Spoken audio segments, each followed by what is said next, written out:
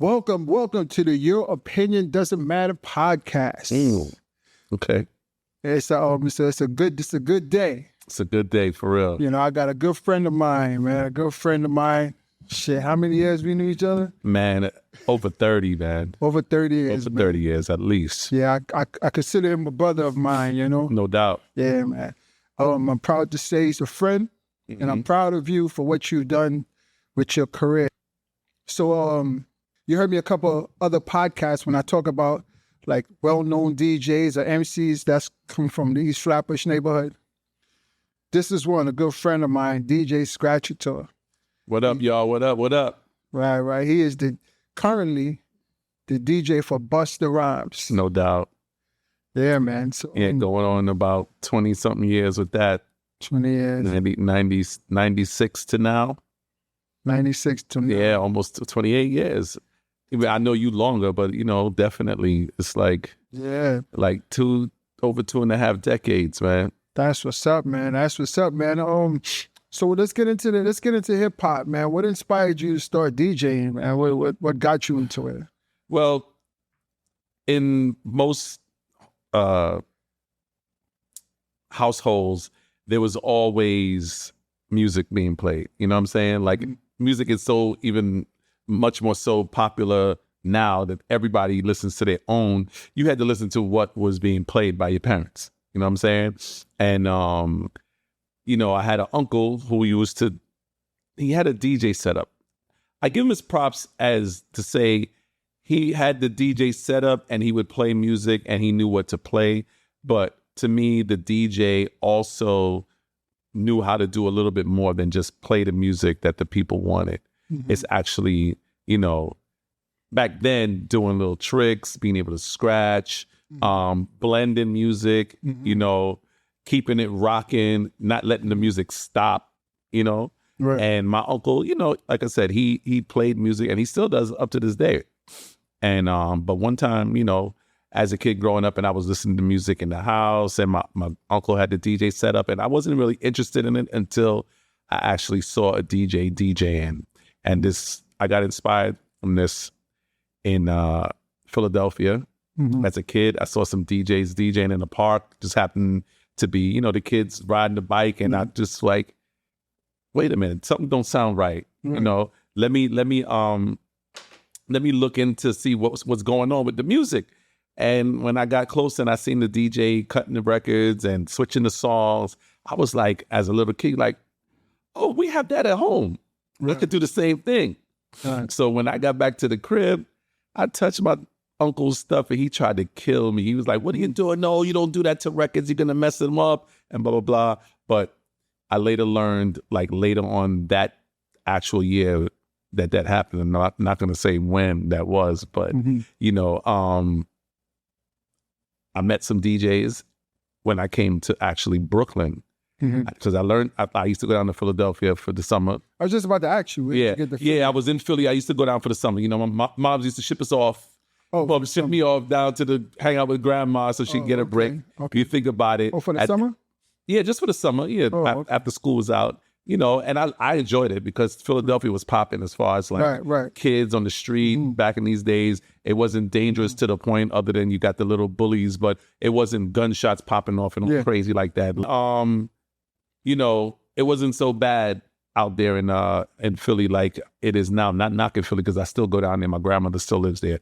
But, you know, like I said, I got to Brooklyn, met up with some DJs, and they started showing me how to do it. And after that, I loved it so much that I just wanted to be the best that I could be and better than anybody else that I knew. You know what I'm saying? So that was the motivation. How old were you when you got the bug? How old were you? 9. You was 9. 9 years old. Because when I actually met you, you was already at the beginning, already starting. Yeah, definitely. We were teenagers for sure.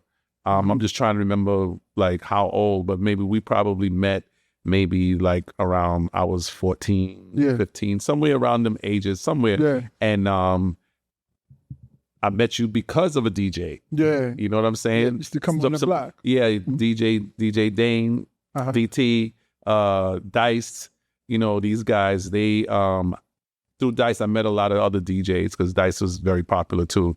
And he was on the scene. He started like around the same time as me, you know, and we met because we were supposed to battle. Then we became good friends and we started DJing together and blah, blah, blah. We never really battled, but. Were y'all supposed to battle? Me and Dice were supposed to battle each other. Oh, word? I didn't know Yeah, that. but then when we finally got around to it, it was just all love. You know what I'm saying? So but not saying we had beef, but it was just like, battle for what? Let's just do it. You know what I'm saying? Right. Yeah. So we officially met because of other DJs, and you happen to live on the same block as DJ DT, and another battle was supposed to happen. That's why we came around there, because if I remember correctly, DJ Godfrey was supposed to battle DJ DT, you know, Dane. And we came through, and then we just formed a crew after that. It just, you know. Oh, wow. That's from what I remember. Now, when you finally get DJ Dice up in there, he might have another story, but I believe that's how it went. He might say he came around and you chickened out. He probably going to say something like that. Yeah, he can say what he wants, you know. Yeah, DJ Dice currently he's DJing for Redman and Method Man. Yeah. So what about any MC battles? Anybody was supposed to? Who used to come down there? That's like like known now.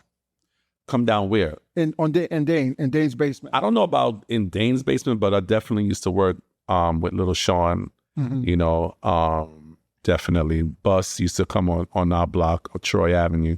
That's how I met him, through my best friend, E Double, and you know, I mean, that's it. And then, of course, we knew Special Ed was from around the way. Right. And all of that. But as far as any other rap artists, I mean. But wasn't Busta wasn't the first one who recruited you? Somebody else recruited you? Well, I actually DJ'd for Lil Sean for a little bit. No, before that. MC Light. Yes, MC Light. But yeah, that was very short-lived, though. But we still cool to this day because I see her every now and then. What had happened with that? What happened was, Light and I went to the same high school. Wingate. Right, Wingate, which is not too far from where we live, right? And Light, because I was a DJ in school and people knew me. She's like, I want you to be my DJ, right? And I'm down with it, right? But I guess me being too honest about how I felt about her music, what it sounded like, oh, wow. She didn't like my comment, I think. And after that, she was like, I don't know if I want to rock with you like that. And what it was, I could remember, of course, because of course she blew up, right? And I wasn't kicking myself because I didn't even know the magnitude of what it is to be seeing a rap artist that blow up. You know, you see them on the videos back then, here and there, and you hear records on radio and stuff. But anyway, she came out with her song, I Crammed to Understand You, Sam. And when I heard it, compared to some other things that I heard that I liked, I said the way it sounded, because it was nice, it was raw. It was real true form of hip hop. I'm not taking nothing away from it. But for my young mind and not having the experience, I said to her, yo, it sounded like something that was made it didn't sound professional. It sounded like it was made in a basement. Like, because I was already aware of recording stuff in a basement, right? So me knowing how something sounds like it's recorded in the basement compared to what was on record, that's what it sounded like. And I think that was what they was looking for. That was the sound they was going for. And when I made that comment, I think she was probably looking at me like, oh, she got tight. She got tight. I believe she got tight because after that, we lost connection like that. And it wasn't like she said, yo, I'm not working with you, or it was like some really ill vibes. It was just like silence after that. I was like, okay, but other things was happening in my life. I was still DJing. I was still doing what I wanted to do. So it was like, okay, no problem. Because we was in high school. Your road was, you are like, you are a historian in hip hop. And I like to think so. I like to think that I played a major role in hip hop, right? But I'm humble and I'm modest with it, right? But what I can say is, like, when I think about, let's say I didn't say what I said to her, and I did end up going out and rocking with her, who knows where I would be now, right? Cool. And I believe that, there's always a path that's kind of like set for you, and certain things were supposed to happen. It's supposed to happen. Because right now, Light is great. Light is doing she's still doing touring. voiceovers for BET and certain things. She's all right. So when I see her, she looks like everything is glitz and glam and everything is great. And I don't know what her DJ at that time. What is he doing now? What's he's doing now? I don't see him. You know. So but you know him though. You know, I think I met him once. I mean, but if you see, but I know what he looked like back then. I don't know what he's looking like these days, right? That's what I'm saying. I haven't seen him, so I'm not saying that he's not doing anything great or whatever, or you know, or he is doing bad. But at the end of the day, it's like I just know where I'm at now. I'm grateful for where I'm at right now. Having that experience, having the experience of working with my local DJs like Dice, DJ Lex, DJ Exclusive, like the guys who taught me how to DJ, being around, having the opportunity to first get on the industry scene, the hip hop with Little Sean, you know, who was down with me and some other people I just mentioned. We had our little crew, but he got a record deal and he started doing his thing. And then after that, linking up with Busta and also being able to DJ for countless other artists as a result of working with Bus, meeting other people and holding them down when they needed me. You know what I'm saying? Yeah. Yeah. So tell me, let's I remember, right? Me and Prance, we was the Young Bucks rolling with y'all at different parties. Right. Them parties back then was crazy. Right. Explain what you mean by crazy. What was crazy about them? The fights, the shootings, and this was hip hop. Right. And it just... Well, you know what? I don't agree with the fact that... Not everywhere we went. No. I wasn't going to say that I don't agree that every time we went out, it was crazy. I don't agree that shooting and fights is hip hop. That's what I meant. I think that hip hop is the music. It's the fun part of of Black culture.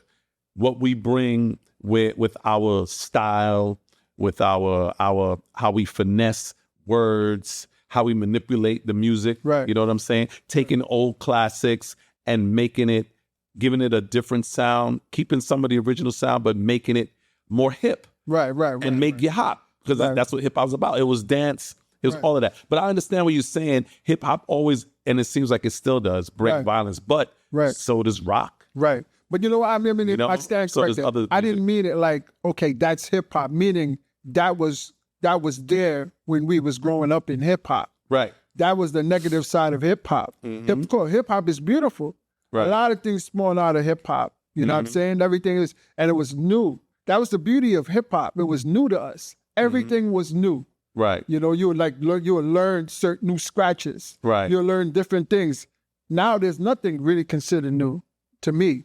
There's nothing like a new feeling, you know, beside these kids is not even rhyming on beat. You know what I'm saying? It's like they doing their own thing. Well, you know something, you're right. But there is a lot of new. That not rhyming on beat, it's new. Because that was never hip hop, right? So just to we still have people who actually give you real hip hop. You know, there's still people still pushing it. Some of them are not known. Some of them are known, very well known. You know, some of them are beefing with each other right now. You know what I'm saying? Yeah. And some of them are still doing it even from back, maybe not as far back as what we're talking about when we was in the parties, but as far back as 90s. You know, you see what Meth said about on the Summer Jam. He said, yo, we like the crowd is too young. They don't know us like that. So I won't be attending anymore. But to me, I don't agree with not going. I agree with that. He said the crowd is young, and actually showing them is key. You know, we're still raising these youngins, right? The people who we consider young, who are new into hip hop or new being able to get out the house, even though kids are out of the house a lot earlier in a way. But then again, no. It just depends on where you from and how your parents raised you, right? But at the end of the day, we still got to show them. We still got to talk to them. You know, even if they didn't know who Method Man was, only because they saw him on Power, when they saw him from Power, then they see him rapping, and they be like, oh, snap, he does that too? Even if they think it's new or he just trying it. Then when they do their research, they be like, oh, this guy's been around for a while. So I do believe that we still need to mix it. You know, you don't just play new music in the club. You got to play some good classic hip hop, some old school stuff, and then people can connect the dots where, oh, snap, that sounds like this new song I heard. And that's what they understand where they took this from and how they freaked it to make it sound up to date. You know what I'm saying? So I believe that we still got to mix and mingle a little bit, you know? That's how you're only going to learn the history if someone teaches it to you, shows it to you. So we can't just exit out and say, nah, we got to go there and sometimes show them, because I'm going to tell you the truth. I was at the Summer Jam that Meth was at, right? And when you see how Meth and Red performed the songs that the kids didn't know, how in sync they were, how the songs, what they sounded like, you could understand all the words they're saying. Not saying you can't understand the new people, but again, anybody who didn't know about it, now they're like, I think I like that. Even if it's 10 out of the 10,000 people that was there. 10 people, that's 10 more fans that's going to start playing your music, that's going to start telling other people about you. So I don't think you should ever say, I won't do this or that again, unless you, like, physically you can't, or you totally against any form of music now. You know what I'm saying? Right. So do you think that radio was the cause for this? Nah, radio was doing what they've been doing. When we was growing up and we was listening to the radio and they was playing what was hot at that moment, that's what they did, right? At certain hours, right? But our radio stations, they still do it to a degree now, a little bit, where we had the Quiet Storm, where it was all slow jams after 10 or 11 or whatever it was. But then you had the hip hop during the day. Then you had old school during midday for the lunch. So that's still happening to a degree. But at the end of the day, I don't think radio is the blame. I know that they do push the new music because of whatever politics, but they do have some stations that still give you what you want. You just gotta, if you want to hear it, you gotta learn. And then, real quick, the kids don't listen to the radio. Yeah, they go straight to the internet. They see what's trending on the social media platforms. So you can't blame the radio anymore either for what the kids like. They're gonna go and find what they like. Find what they like. They're gonna find it. You know what? You know what? I'm the radio. The radio to me is it did a lot of damage. Like, so see the gatekeepers, like how Funkmaster Flex, he's a gatekeeper over there. Right. You know what I mean? She's staying there. It's like they don't want no new blood in there. And like right now, there's this reggae song that comes on 97 and 105. And it was like, I'm like, damn, why are they pushing this song? And then after like 3 weeks now, I'm liking the song. So I want to know. You know what song this is? No, I mean, it's only reggae song that come on during the day. Are you talking about the one? Yeah, that one. Praise. That's Bob Marley's grandson. Okay, that's Lauryn Hill's son, and that's Rohan Marley's father.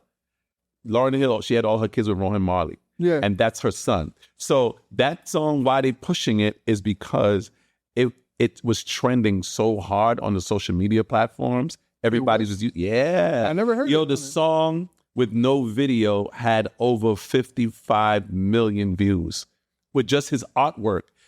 And social media, I don't know if there was some back channel on how it gets pushed like that. Yeah. I don't know those politics like that. Right. I mean, we could always be conspiracy theorists and come up with or think of some stuff, right? But that's why you heard that song, because when the streets are dictating what's hot, the radio is going to jump on it. Right. So I couldn't even, I was like, yo, this song to me was kind of whack in the beginning, but then, after you hearing it, but now that I told you who it is, did you know that his name is YG Marley? No, I didn't know anything. All right. Now that you know that he's a Marley, can you now hear because if you listen to the beginning sample, it's Bob Marley. I don't know if you heard the beginning. No. The very beginning, you'll hear a song of Bob Marley playing, and then they take that same track, they freak it a little bit, and his grandson is singing, and he's going, and he has a Bob Marley sound. Now that if you connect the dots, when you hear it, you'll be like, okay. So yeah, so that is like, again, you didn't know why, and then now you see the connection on why it happened. It was trending. It's trending. So the gatekeepers, sometimes they have to conform to what the people want or what they're saying is hot. Right. You know, even if you think it's trash, it might not be trash to a couple other million people. You know what I'm saying? Right. Because I thought they would test that after 6 p.m., but I'm hearing that at 2 in the afternoon, 12 o'clock. I'm like, dang. I did a nice little remix of it. I put some Busta vocals over it off of his latest album, from the Blockbuster album, and he loves it. He told me that's like one of my best remixes. I make a bunch of different remixes, and he was like, yo, even a lot of people say, yo, Scratch, that one. And of course, it's trending. So the way the beat sounds, everybody knows where it is. If you know, you know, right? Yeah. And when you hear him on it, you're like, oh shit, I didn't know Busta did this, is on it, but he's not. I put him on it. Oh, okay. Yeah. The remix. Well, I mean, I don't know if there's no official remix of that song. It's just the kid YG Marley. And I put it together, and it hasn't been played much. I mean, I just play it when I play it, and I gave it to Busta. And I think when he be going out, he might be making DJs. He'll play this shit. Oh, okay. You know what I'm saying? To force them to, hey, eventually you get on it. Well, he makes them. I think when they hear, they probably like it too. But I haven't been on the scene to see the reaction. But all I know is he said the reaction when he does play it or gets it played, they be like, "Yo, this shit is hot. Who made this?" And he my DJ like, "Word." Through the years, you've been making, you're on and off with making tracks and stuff like that. You know, I mean, I liked some of your beats, but did Busta ever throw you a bone? Well, I'm not a dog, so I don't eat bones. So, you know what I mean? Did Busta ever? No, you know what I'm saying? Yeah, definitely. I made a track that was supposed to go on the next Flip Mode album after the first one, and I got paid for it. Actually, Busta helped me get a track that I made to Method Man called "What's Happening," which was pretty popular at the time. This just came out back in 2003. And him and Method Man is on it. I produced the track. They shot a video. They've never performed the song together though. But Method Man did perform it once on MTV. Right. You know what I'm saying? And I got that footage. I'm glad I got that because I never saw him perform it. And every time I saw him, I'm like, yo, what's up? When you gonna perform my track? He said, I don't know, man. He said, I can't do it without Bus. He said, I tried it once before and it came off, but because he raps first. So he's on the first verse, then it's the chorus, and then Bust. So he could do it like that, And because we was on tour together 2 years ago, the Wu-Tang and Nas State of New York Mind tour. And, the beats, man, like he has helped me out on it here and there. Right. You know what I'm saying? And I've just, since we're on the topic, I've done tracks for Fabulous. I did a track for Monica through the help of Missy, who I'm going to be on tour with this summer. Okay. Missy, Sierra, Busta, Timbaland, and it's gonna be epic, man. Nice. And do you have any did you ever meet somebody and you was like super starstruck? I mean, it was a pleasure to be able to stand up next to Janet Jackson. You didn't meet Mike? No, I never met Mike. Standing up next to Janet Jackson. I saw her once at the video shoot when they were shooting the video for What's It Gonna Be. And then seeing her when Bus won, I think, the best video or something on MTV, and she came up and we all went up on stage with them, but starstruck for anybody. You've been in it too long now. Yeah. I don't know. It would have to be somebody that maybe we thought was dead and they not. Oh. That I would be like, oh shit, but right. I've been around countless people, Right. I don't know. There's nobody. There's nobody I am. I know I know when I do get around certain actresses and actors and stuff like that, I size them up because, you know, on TV, everybody looks kind of big. And then when you finally see them, like, Sure. small because, Right. you know, everything is always zoomed in. You know what I'm saying? So Right, when you right. see them, they look like they big, you know? Right. Yeah. So now, let's take back to the parties back in the days when you was doing it for the love. Like majority was for the love. Y'all wasn't getting paid like that. Yeah, we were getting some money, but it wasn't like, you know, like what I would get now if I DJ. You know what I'm saying? Right. It was for the love. It was for the fun. It's for the experience.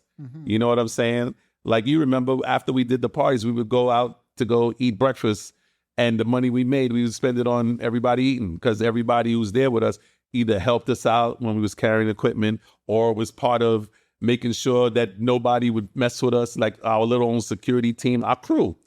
You know what I'm saying? So we definitely, you know, we did it for the love and for the fun of it, you know? Yeah, that's how your passion usually starts. You love it, so you don't mind doing it, you know? So now, as far as like the first when you start scratching, like I remember some certain records, y'all used to put markers on it, like especially for Eric B for president, right? Make it clap for this, right. Y'all used to put marks. Explain to people when y'all used to mark the records to catch it. So I think explain what does it mean when you mark. Okay, so for the people who are DJing now, who maybe started within the last, let's say, I'm gonna give 10 years, right? Because Serato and Tractor and all of these DJ softwares are in effect now. The cue points would be our one cue point on the record back in the days. That cue point told us where whatever sound we wanted to cut or bring it back to is where the actual mark would be. So picture a record spinning, as you could see in Serato. There's a line that's spinning around in a circle clockwise, right? And every time you scratch it, it would go like this. So if for Eric B for president, if the mark was at the top and it said I came in the door, so at that point you would know the I is right at the top.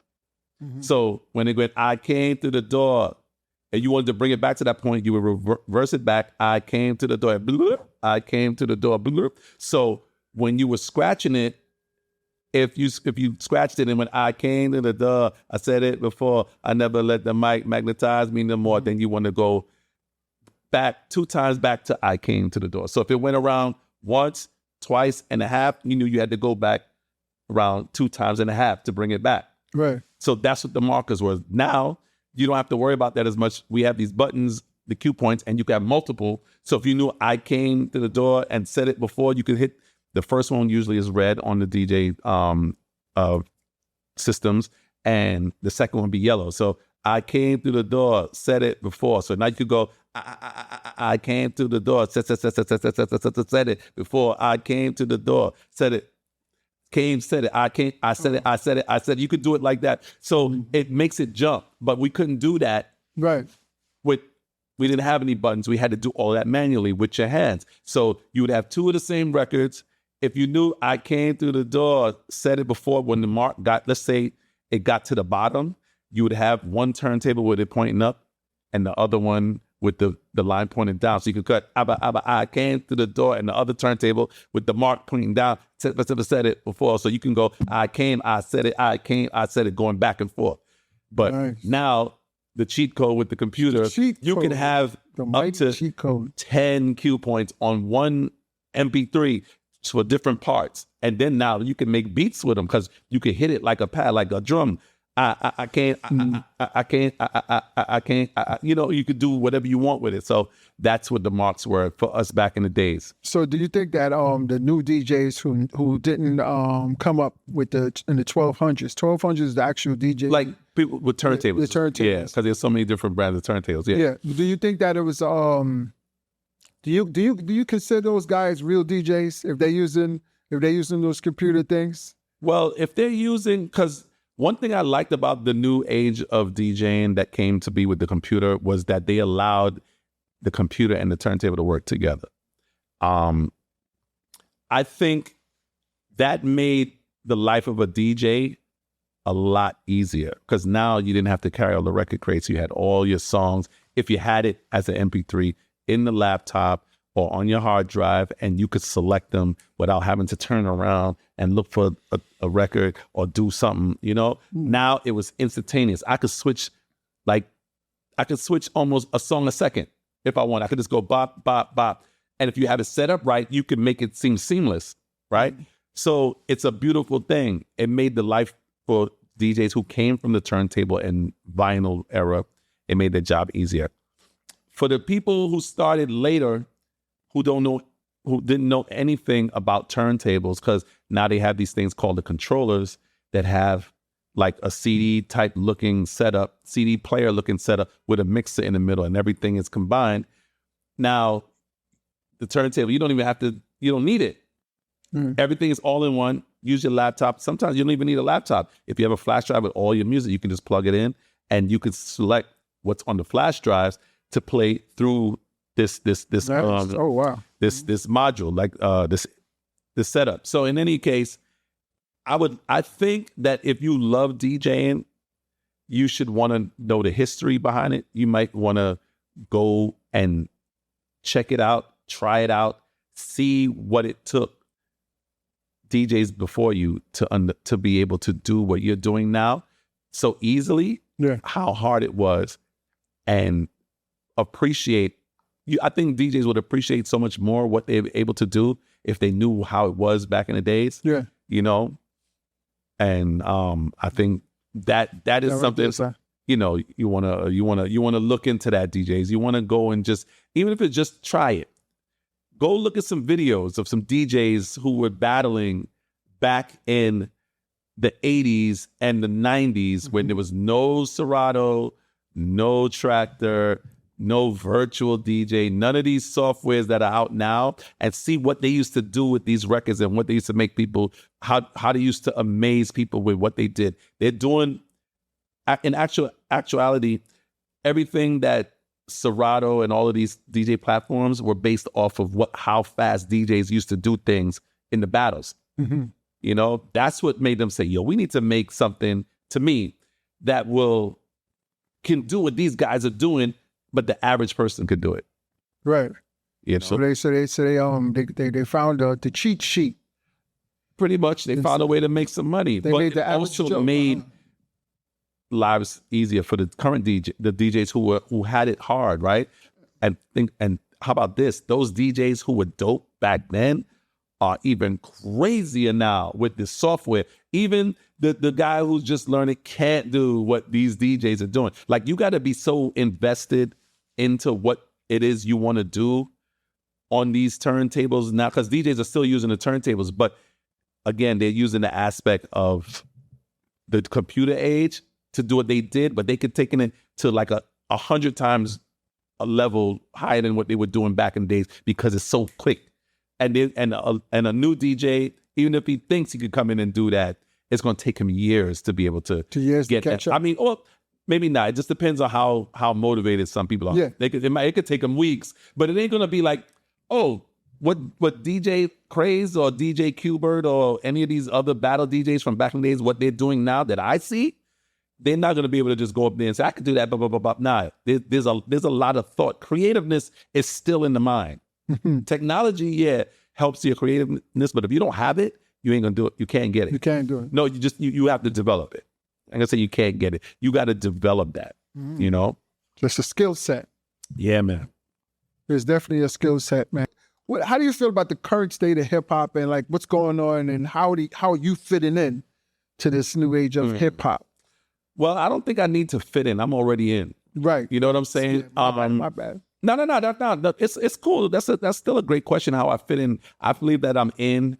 I'm not trying to fit anywhere. I just do what I do. And I play the new music when I learn of it, because there's some things that come out so quickly that you can't keep up unless you constantly on it like that. And I'm not constantly on it. I'm going to keep it a buck. I got other things happening in life that I can't just be on trying to know what the newest thing is. If it's that popular, I'll hear about it, right? And the current state of hip hop, I like where it's going. At the moment, it seemed, let's say a couple weeks ago or maybe a couple months ago, it seemed like the girls was running it. Like there was a bunch of new girls out, a bunch of girl records was out, you know, between Cardi B and what's her name? Brooke and Glorilla, Megan Thee Stallion, Nicki, and all of these girls, you know, it was like, oh man, it's like the girls are taking over. Right. You know what I'm saying? Right. And then, and not to mention, me shameless plug, my daughter raps too. So Yes, she's about to blow up. Yeah, So his daughter's right? good. His daughter's And good. she raps on beat and all of that because you said that they don't beat. But in any event, then I felt like the men was like, yo, wait, what's going on? Like everything is all about the chicks right now. Oh yeah, Sexy Red and, you know, City Girls. And I know there's one person I'm forgetting. Oh, I said Cardi B. You know, all of the girls that's just been Megan. Yeah, I said Megan, but all of the girls that's just on the scene. Right. You know, that's Lotto and Sweetie, all of them. Anyway, now the biggest talks right now was, at least recently, was the Kendrick and Drake beef, which started with J. Cole in it, and then he respectfully bowed out. And it was a way to get everybody back on the dudes is they going in. Right. Now, I'm not saying the girls are quiet, but nobody ain't talking about it as much. Right. You know, I'm not saying that this is a conspiracy or whatever, but it's crazy how the universe works where it shifts the attention back and forth, whether it was planned or not. It's crazy. All the girls be beefing too, you know, to a degree. You know, Nicki and Ice Spice against Cardi B and what's the girl I said her name was? Lotto. They going back and forth. So, you know, and I learned this. I hear about a lot of stuff through my young daughters who are following it, especially because she wants to be in the industry. And I'm gonna say she's in the industry, but at the end of the day, what it means, like, you know, she's keeping me up to speed. Yeah. And then all of a sudden, boom, somebody thinks someone said something subliminal on the guy's side, on Kendrick with and J. Cole and them, and now they going back and forth, and now that hype is going on. You know, it's just crazy to see. Right. And it's all hip hop, whether how they rapping, what kind of beats. They twerking while they battling or whatever. I'm talking about the girls, right? Of course. But at the end of the day, it's just like, it's just what it is. It evolves. Think about it. Do you think, I do believe like they used to have battles back in the days. Our parents had some singers that was probably sending shots subliminally in their music at each other or stealing what somebody's flow or this and that, or hey, wait a minute, I said that in one of my songs way back that wasn't popular, but now it's popular because another person, there's so much, man. It's so much. It's history. It's just what happens. Yeah, that's what it's competition. Competition and history repeats itself in different ways, man. So you think Drake took that major L? I still, you know what? I saw Funkmaster Flex and Ebro talking about how Flex said Drake took it, and then Ebro saying Kendrick take it. At the moment, I like both of the songs, but I think there's a Drake song that I didn't hear yet. I think that came out after They're Not Like Us. Right. But They Not Like Us, everywhere you hear it, they be going crazy for it. Right. Everywhere. Because it's easy. They Not Like Us. Everybody sings it. Down to last weekend, I was in Baltimore and I played it. You know, I wasn't expecting to play music before my show, but they said, hey, play a couple songs before to do the changeover from one set to the next to our set. And I played a couple songs and I played that, and the crowd who was jamming to some old school music, I'm talking about singing I Want to Thank You and Before I Let Go. And I was surprised, that people who was jamming on that was singing Kendrick's whole song. And it was just like, and they were older. It was mature people. I want to say they were older, but it was mature people who was there to see, you know, Busta, Big Daddy Kane perform a little earlier before us. The next day they had, I forgot, it'll come to me in a second, but it was just good to see that, that battle record is bananas. It's bananas, and it's worldwide known so far from what I nice. I'm happy. It's just that I got to hear the latest Drake that came after that. I think I heard one, but I think he did maybe two. I'm just don't quote me. Well, I mean, it's a healthy competition, man. Yeah, man, and you gotta love that. We would like it all to just stay nonviolent. That's it. Yeah, we love it. Nonviolence. But it's always somebody's mans in them. Who? Yeah, it's the mans in them. You can't control the mans in them. Like, yo, what? He said, what, man? I ain't going for.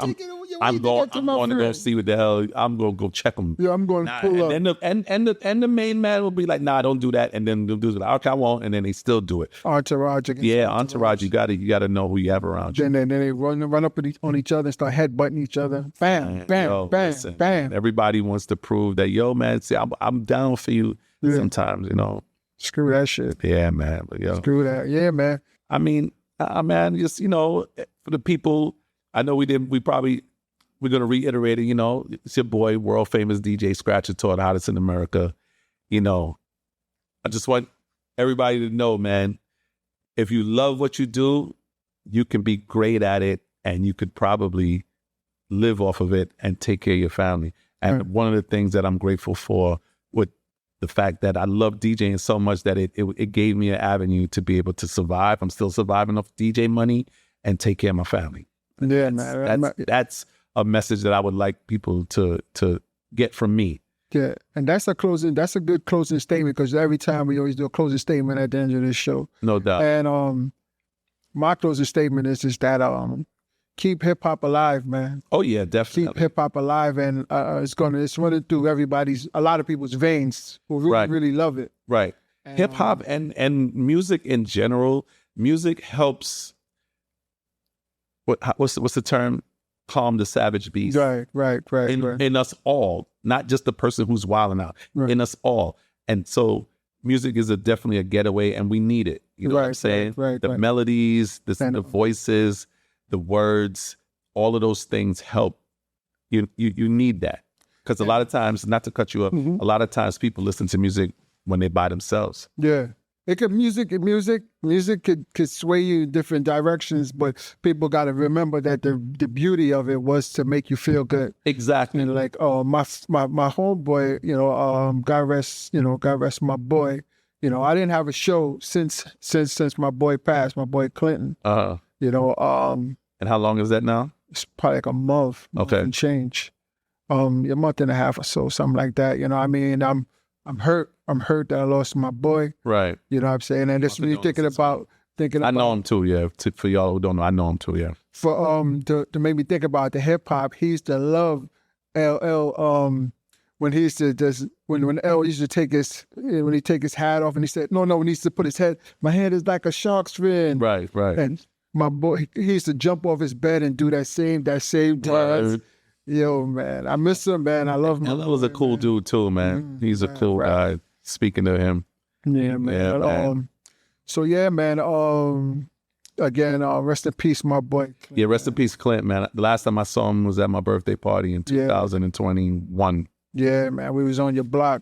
Yeah, man. My old block. Yeah, your old block. Troy Avenue. Still your block, though. East Flatbush, baby. Right. So, yes, man, it's been a pleasure. Yo, definitely, man. And, I was trying to get Spliff. Spliff was supposed to come through, maybe. Spliff gonna come through. Once he see this, or when I see him, I'm gonna see him this weekend.